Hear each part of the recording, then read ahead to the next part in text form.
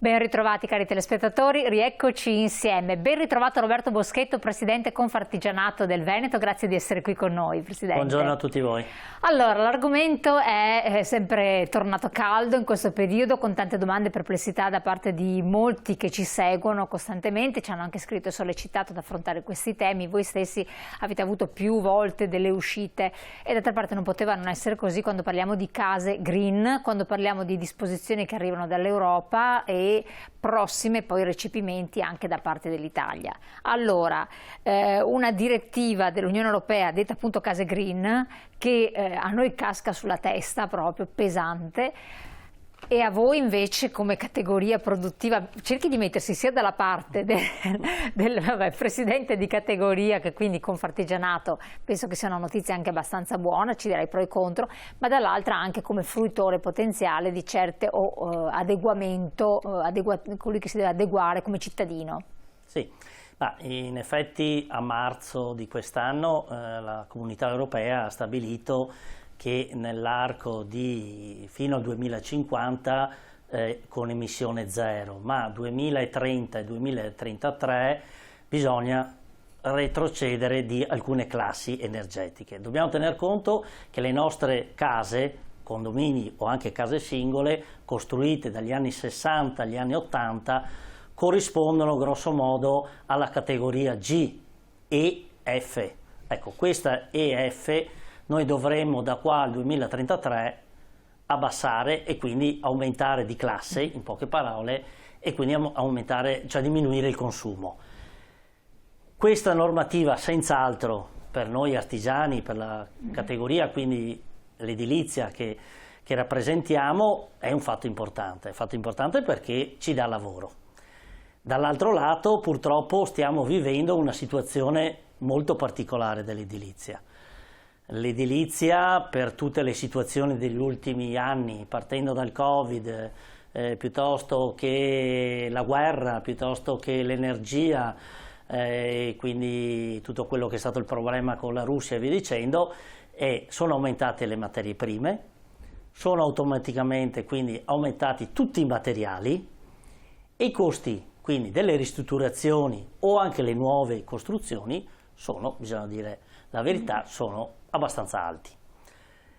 Senza segnali di ridimensionamento? I segnali di ridimensionamento dei prezzi sono molto lievi. Negli ultimi mesi, nell'ultimo mezzo anno, poco più, c'è stato qualche piccolo aggiustamento in meno, ma direi lieve, non è stato come, cioè, l'aumento è stato in media del 20-25%. Sì, infatti. Non c'è in questi ultimi mesi stato un ridimensionamento tale. Qualche materia si è ridotta del 10%, ma qualche materia, molto poche materiali, molto pochi. Dall'altro lato abbiamo il costo del lavoro che in un momento così difficile anche su questo, in quanto è difficile reperire materiale, cioè come è difficile reperire materiale, è difficile trattenere e trovare personale.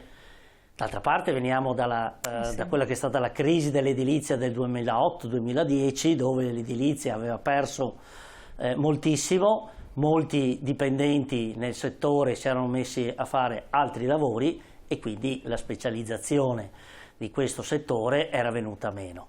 Adesso invece c'è una richiesta fortissima perché l'edilizia si ha ripreso con la scusa del bonus facciate prima, del bonus 110 e poi in genere la gente, vuoi il Covid o vuoi non so cosa, è tornata a valorizzare la propria casa. Quindi dare significato alla casa, soprattutto nel nostro Veneto perché abbiamo questa cultura della casa propria. E quindi per questo motivo gli investimenti siamo abituati a farli più che volentieri, però se mi devo mettere un'altra giacca è vero che non tutti possono permettersi oggi come oggi una ristrutturazione perché incide moltissimo. Su questa si aggiunge, come veniva appena detto dalla parte della Comunità Europea, di migliorare e quindi tutto l'efficientamento energetico. Se dobbiamo nel 2033 abbassare di 2 classi, o lo Stato o c'è da parte della Comunità Europea un piano che metta a disposizione quattrini per le famiglie, e allora senz'altro ci sarà questo efficientamento energetico, altrimenti lo vedo difficile. Infatti, perché per fare questo cosa bisogna fare? Il classico cappotto che fino a dicembre con il 110 in Italia c'è ancora, perché è rimasto per i condomini, però non c'è più per le case singole. Ma dopo cosa verrà fatto? Non si sa, il governo non si è ancora espresso. E ripeto, per aumentare di classe devi cappotto, serramenti, fotovoltaico. Questi tre settori sono quelli che vanno a fare effettivamente un salto. Oppure case di nuova costruzione con tutte le...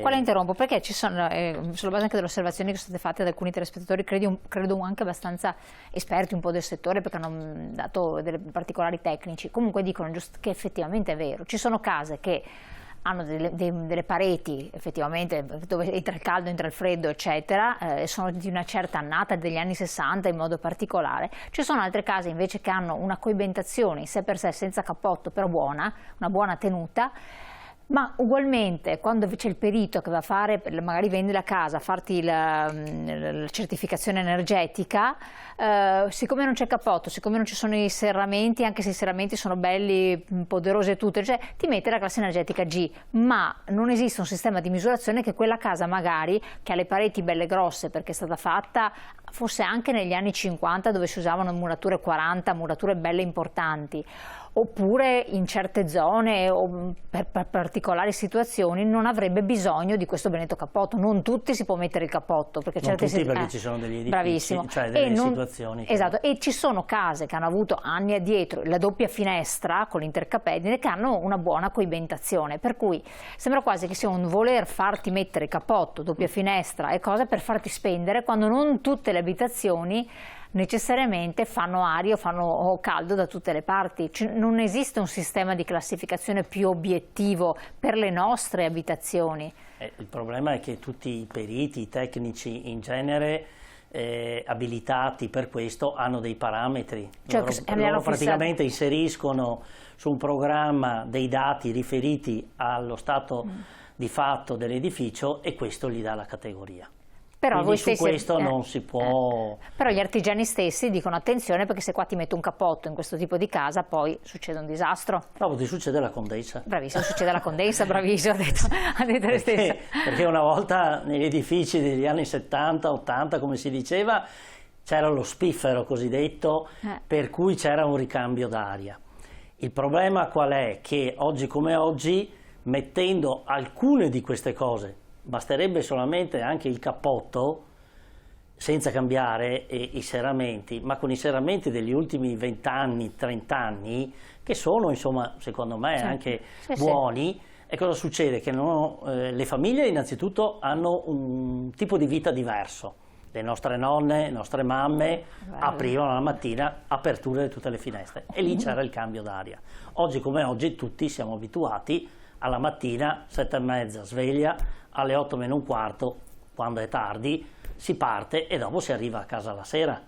Quindi non c'è il cambio d'aria, e nei punti freddi, dove ci sono principalmente, dove ci sono i cordoli, nei punti dove c'è il calcestruzzo, e quindi nelle camere, negli spigoli, negli angoli delle camere, spesso succede che c'è la muffa, ma questo avviene anche quando viene fatto il cappotto.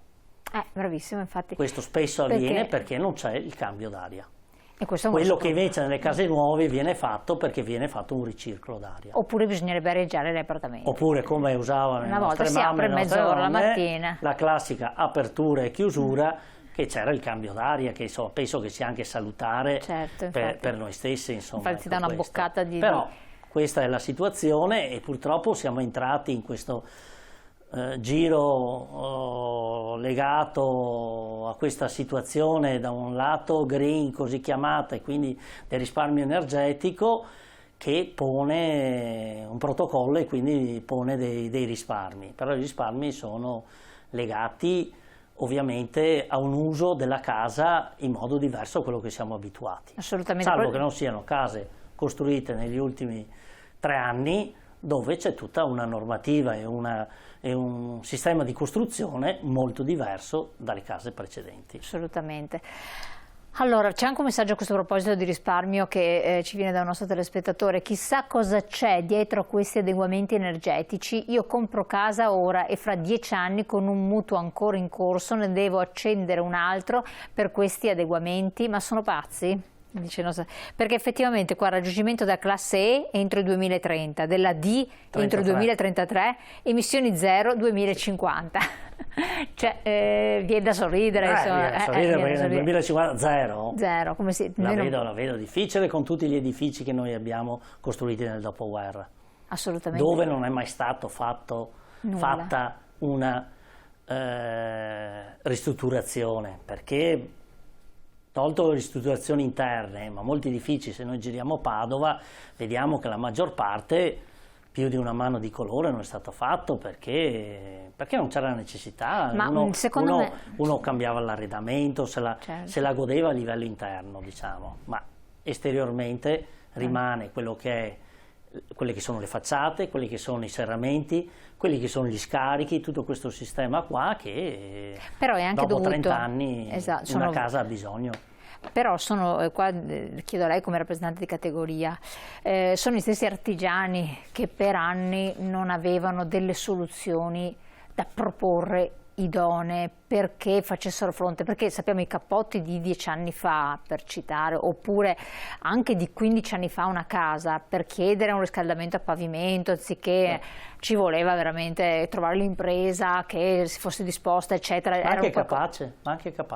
Capace, anche capace assolutamente, perché e poi andare a procurarsi quel tipo di cappotto, essere un po' esperti, se no altrimenti non era possibile. Questo è un dato di fatto oggettivo. Sì. Quindi anche la categoria costruttori da un lato che non hanno fatto fino a ieri case, salvo eccezioni, case performanti, e artigiani che non hanno saputo proporre anche impiantistica di un certo tipo, che quindi ti trovi che hai comprato la caldaia 3 anni fa, adesso te la butti via perché adesso arriva la condensazione che costerà 12.000 euro, quanto sembra. Sì, un suo presidente della categoria Confartigianato questo ci ha raccontato un poco tempo fa. Cifre astronomiche. Sì, in effetti è vero questo, ma è legato a cosa? Allora, gli artigiani e le imprese in genere sono guidate da dei professionisti, quindi c'è l'architetto, c'è l'ingegnere che fa la progettazione e che propone i materiali.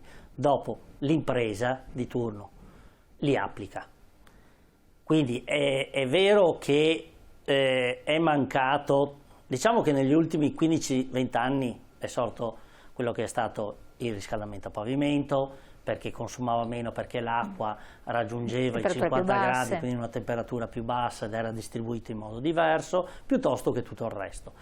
Però di solito questo è legato dalla tecnologia che da un lato immette nel mercato nuovi materiali, dall'altro lato il passaggio è questo, dopo c'è il passaggio del progettista, del tecnico, che dice applichiamo questa, e dalla normativa di per sé, perché purtroppo o non purtroppo siamo abituati che quando siamo costretti le cose le facciamo, altrimenti faremo. E quindi questo è stato un po' il problema, che i passi per quanto riguarda l'avanzamento tecnologico e quindi di risparmio sono stati molto lenti. Questo è vero, però legati a questo percorso qui. Ma adesso gli artigiani del settore, che sono tanti, perché quando parliamo di case green abbiamo tanti ambiti di competenza, quindi tante figure professionali, sono adeguatamente formati, hanno delle anche opportunità di crescita, di essere a conoscenza di quelli che sono i materiali più performanti, di quello che, anche guardando più in là e non al momento concreto, in modo che il cliente possa affidarsi con serenità a questo professionista, sapendo che non andrà a cercare di piazzargli la cosa questo è fatto. Questo è giusto, e da noi artigiani, allora tramite l'associazione, la Confartigianato, vengono fatti di continuo corsi di aggiornamento per tutti gli artigiani in base alla categoria. Impiantisti piuttosto che costruttori, piuttosto che giardinieri o via dicendo. Quindi da un lato c'è questa cultura che una volta c'era molto poco, Dall'altro lato c'è anche una spinta da parte di chi produce i materiali che vengono a proporti, ma soprattutto adesso c'è il cliente che chiede, è più preparato. Il cliente è preparato e ti dice: guarda che io voglio questo, questo e questo. Vuoi internet, vuoi tutto quello che si voglia, ma abbiamo i clienti molto preparati, che sanno quello che vogliono rispetto a una volta. Dall'altro lato penso e sono convinto che tutti noi artigiani, oggi come oggi, siamo all'altezza. Ripeto, vuoi per i corsi che organizziamo come categoria e quindi come Confartigianato, piuttosto che alla volontà delle aziende che vogliono crescere, e per crescere devi saper utilizzare nuovi materiali e quindi devi conoscerli e farli conoscere ai tuoi collaboratori. Assolutamente, questo è importantissimo. Torniamo su questi temi, voi naturalmente approfittatene se volete fare delle domande al Presidente su questo argomento, dopo la pubblicità, tra poco.